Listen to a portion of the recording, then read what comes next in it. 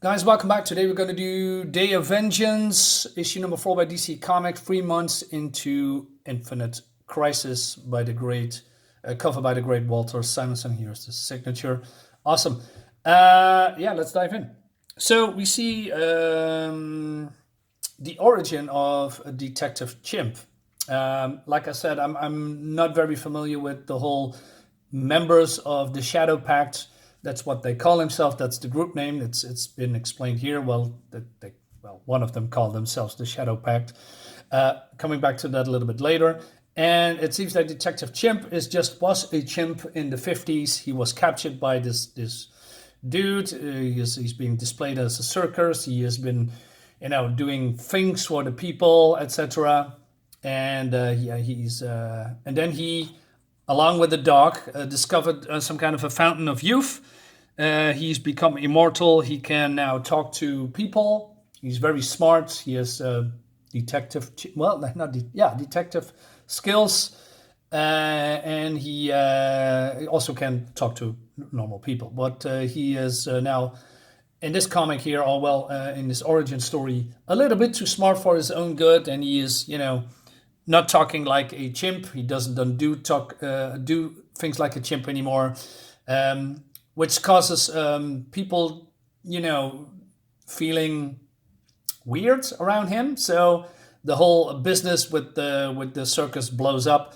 His owner dies mysteriously, and Detective Chimp becomes a real detective. But the problem is that since he is a chimp, he cannot, he's not a real U.S. citizen, so he cannot, force his clients to pay the bills because he's a monkey. That's that. And that's the reason that he's becoming a drunk. And so he says, I'm for 50 years now, approximately, he's becoming a alcoholic.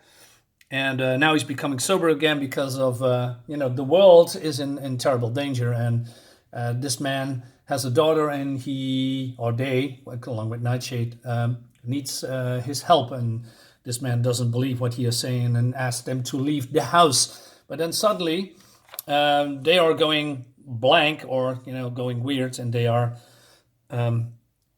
being summoned. Well, they're magic and they're spirits anyway, so they're sitting there like zombies, and this man is in very distress, and then says, "Hello, can you hear me? You need to leave. Go on. You cannot stay here."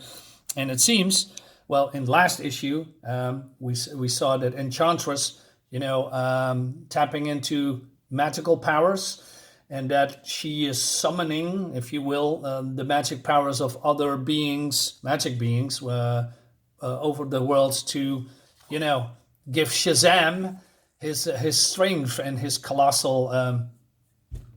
He's big, and it looks fantastic. I mean. What's the artist's name again? Justiniano. I'm becoming a big favorite, big fan of his work. His art looks phenomenal. But when the battle rage on, it again looks spectacular. It causes effects and ripples through not only the galaxy but mostly other dimensions as well, because they are punching so hard. Not only everything is getting destroyed in 100 miles radius, but also other dimensions are being affected. I mean, there are some cities that floating in the sky, falling in the sea, a world where magicians live.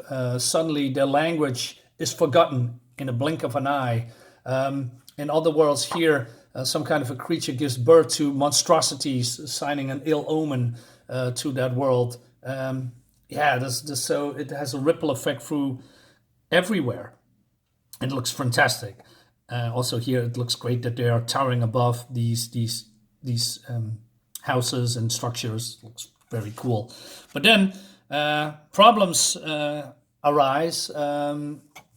Enchantress cannot hold up this incredible strain and magic energies that she's pumping, not only into herself but also into Shazam. And then also there's still some weird black goo coming out of Eclipso. And this guy, like I said, I have no clue who this was, and I was so annoyed by that. I looked it up on Google. So it seems that this guy is Nightmaster, or the Nightmaster, called Jim Rook. He's the wielder of the Nightblade, and he's also owner of the Oblivion Bar, and also the leader of the Shadowpact, and that's how they call themselves. So then the inevitable happens. Enchantress cannot take it anymore, and Jim says, Ragman says, "Uh-oh, I know where this is going," because Enchantress warned Ragman what would happen if she is, being overloaded with magical energies, and then Jim Rook says, "Oh no, I knew it. She's become Darth Vader." And then, yeah, Enchantress attacks her teammates because, well, she can now handle the power because she's going evil. And but she also is cutting off the magical energies to Shazam, who is being an inch away of beating, literally and figuratively, the Spectre. Then we switch to Ohio, and then we see this girl. And when I was in my teens, I don't know, 16, maybe 20, something like that, I always have a thing for these girls that looks like this, gothic, metal, alternative, with black hair and, stuff like that. I don't know. It just was a great time at that time. So she comes in and she sees her dad talking with these people, and she says, "Hey, why are you in the dark? And why is there a chimpanzee frozen on your couch and a hooker?" That cracked me up. And the father says, "She's not a hooker, but she dressed like one." And so this father is very confused because these monkey and the quote-unquote hooker, Nightshade, telling him that, she needed her to save the world. And he asked her, "Hey, honey, are you some kind of a superhero?" So he doesn't know that she is a very powerful being. Skipping a few pages. Okay, going here.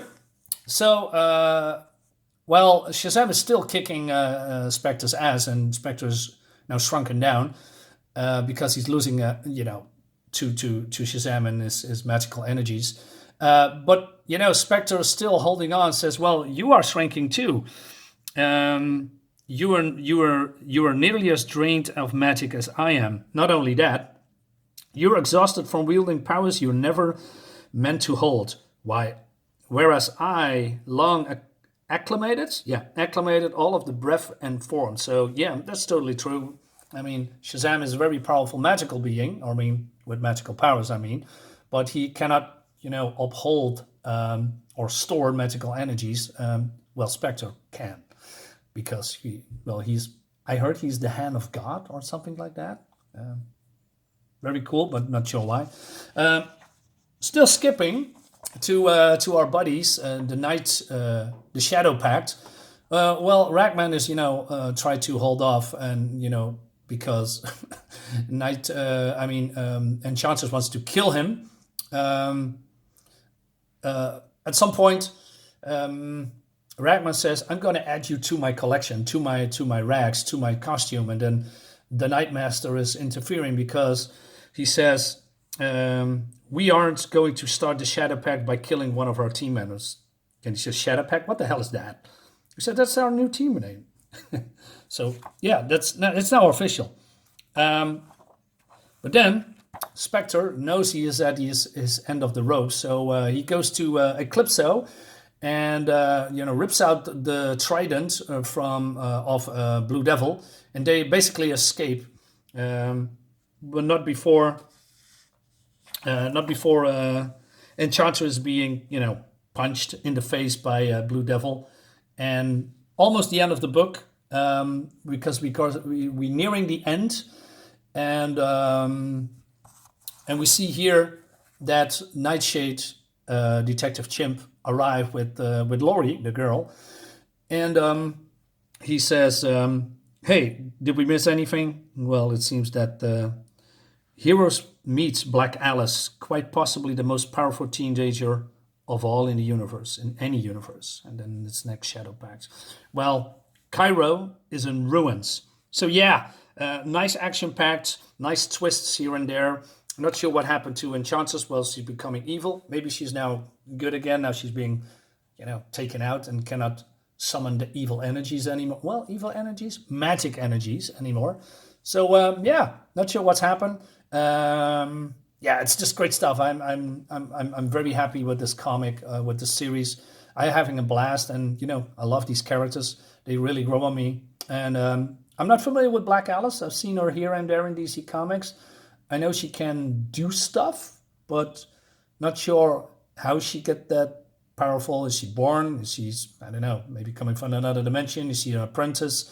I don't know. Does she has powers from, I don't know, radiation like most superheroes? I don't know, and that's the fun thing of these comics. I don't know, and that's why I'm reading this to get to know all these information from the characters. Yeah. So I'm stop rambling, guys. Thank you for watching. Hope you like the video. Give me a like, share my video, become a member of Darksiders Comics, my channel, and I see you next time. Bye bye.